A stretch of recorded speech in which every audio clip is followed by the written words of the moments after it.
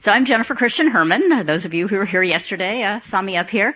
I am a board member. I've been on the board for about a year and a half, and Joy asked me if I'd do a little recap of our day yesterday, which is the fun part. I felt like I left with such a full head and a full heart thinking about all that we learned and just all the connections we made. So I'm going to hit some of the highlights and ask you guys to think about your highlights from the day yesterday. So just a little, kind of take us back to yesterday morning. We started the day with Emily. Where are you, Emily? There you are. Who shared your experience, which really grounded us in the why that we are here, why we are doing this work. And also for me, it really grounded me in the need for IOPs, which I hadn't thought that much about. And I think we, had some good table discussion about that as well yesterday.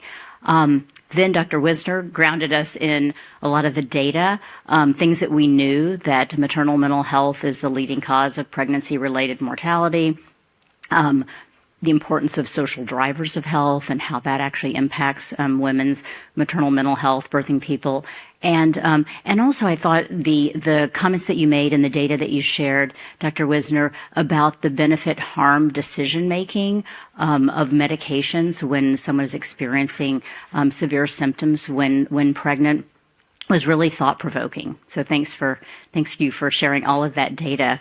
We covered a lot yesterday, right? We talked about integration of behavioral health in OB settings. We talked about new treatment models, MediMom. We talked about new treatment modalities, digital treatments, psychedelic-assisted treatments that are coming. We talked about policy. We talked about what's going on in this country and our concern about Medicaid, the importance of working with states and empowering states in policy and legislation around supporting birthing people and maternal mental health. So much. Let me look at my notes to see.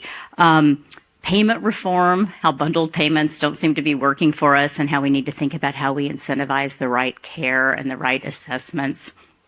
We talked about mental health parity. It's not a mental health meeting unless you talk about parity and the progress that we've made, but the big gaps that we still have around that. We had great bonding. We had table discussions. It was really cool to see old friends and colleagues connect, and also to make connections with new colleagues and interesting new ideas that came up in that. It was really inspiring to honor some of our heroes, Governor Kim Reynolds and the Perigee Foundation, to be inspired through music with Esh. So I'm really excited about all we have to come today. And with that, I'm going to pass it to you, Joy, to introduce us to another mom.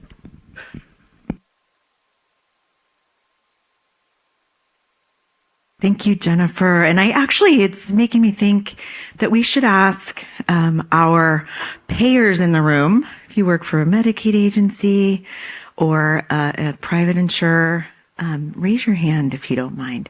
Just want to say thank you for the hard work you've already done and the hard work yet to come. More discussions, I know, around what's possible and what we can do together around payment reform and reimbursement. So thank you to all of you. Thank you again to our sponsors. They have blue dots on their name tags in the room, and you can identify the others in the app. We said yesterday that we start with a story each day, and so today we are going to get to hear a video recording from a mother in Maryland who has all things mom duties, like so many of us in the room, and not able to join us today live in DC. But her story is also one of inspiration that I think will cause you to pause and think about perhaps the frequency and the way that we screen, not just requiring screening. So with that, I'd like to turn it over to our AV team to put up Arielle's story. Good morning. My name is Arielle Juberg, and I'm honored to be here with you today to share my story. Late in his life, my grandfather wrote down his life story. It begins with this sentence.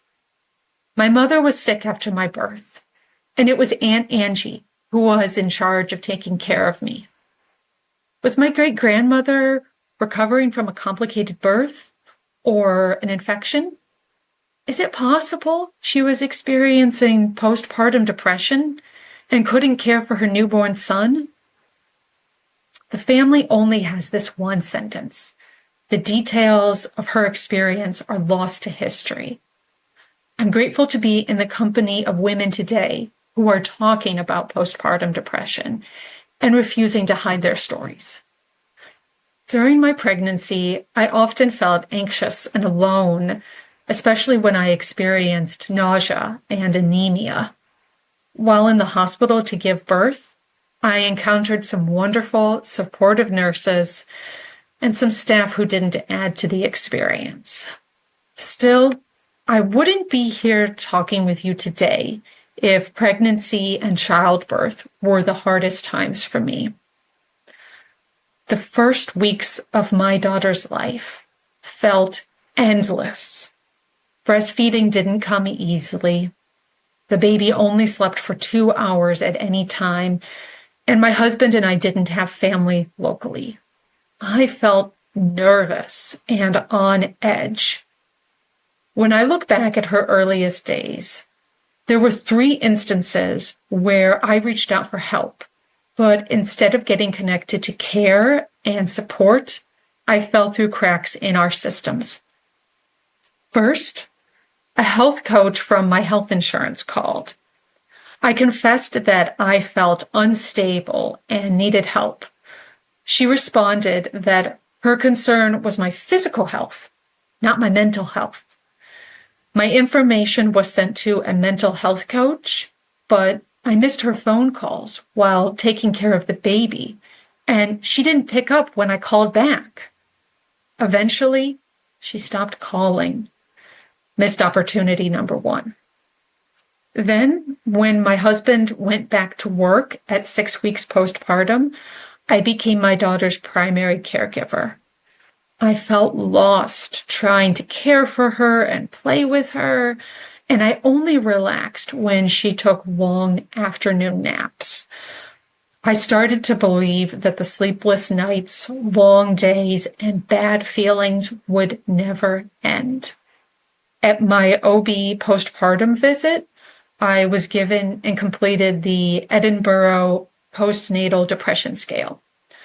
After reviewing my responses, the nurse midwife said, "So, new mommy blues?" and moved on to the next part of the appointment. Her remark kept me second-guessing my own feelings and whether I should ask for help. Missed opportunity number 2. Finally, one of my lowest moments occurred on Valentine's Day. I watched my husband play with our daughter, and I thought to myself, it would be better for them if I wasn't here anymore. By Valentine's Day, I had taken my daughter to her pediatrician 7 times in her life. At those visits, I'd once again completed the Edinburgh postnatal scale. To my surprise, the survey was never mentioned by the pediatrician. After filling it out several times, I started refusing it. Missed opportunity number 3. I had health insurance, a stable home, access to doctors, and paid maternity leave. And I still fell through holes in our system. If obstetric providers and pediatricians are going to offer the Edinburgh Depression Scale, they need to review the responses with new moms and explain what the score means and what the next steps are. This also means allocating time for someone in the office to meet with the moms and track the record for follow-up. If an insurer has a health coach talk to a new mom, they especially are in a position to help her access services and provide a warm handoff to the right provider. Finally, providers must appreciate the significance and prevalence of postpartum depression. The dismissive comment I received is particularly concerning because it occurred at a federally qualified health center. These centers often serve patients from vulnerable communities and should be more, not less, attuned to postpartum depression. I would normally wrap this up by assuring you that I'm better and received the help I needed. I am better, but that doesn't mean our systems are fixed. I recovered with the help of my family, medication, and a doctor who took her own initiative to reach out to me. Our systems are not designed to identify, refer, and treat postpartum depression. And until we demand change, new mothers will continue to fall through the cracks. Thank you.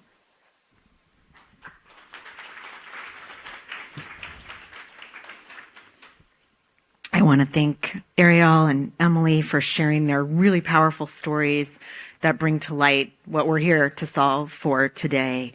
I wanted to also acknowledge that these two mothers found us because their drive to do something is so remarkable. We'll be working on standing up IOPs throughout the country with the help of Emily and others in the room. And also Arielle's op-ed. She wrote an op-ed in a local paper with her story, and it resulted in the introduction of a law in Maryland. You can read more about that law and what we're doing to try to enhance that law in Maryland as well. So thank you again, mothers, for sharing your stories. We have an incredible lineup today. I'm not going to review everyone's talks this morning, but a couple of highlights. The role of community health workers and peers. We talked about briefly yesterday and how they can expand capacity in mental health care and obstetric care. We're going to talk about the role of doulas today, a new research paper from the Policy Center. Excited about that. Also equity, and I know all of us in this room know that there's so much more we need to do here. We have some incredible speakers that I'm so thrilled are joining us to talk about equity. And what do parents need postpartum? What are some incredible programs that are being stood up in Detroit in particular? Cannot wait for you to hear about them. And also the supports that we need. Medicaid, family leave we've heard about, working sometimes and helping a bit. What does that look like when we do it really well? Also, financial supports to certain parents and more. So really excited to dig into the day.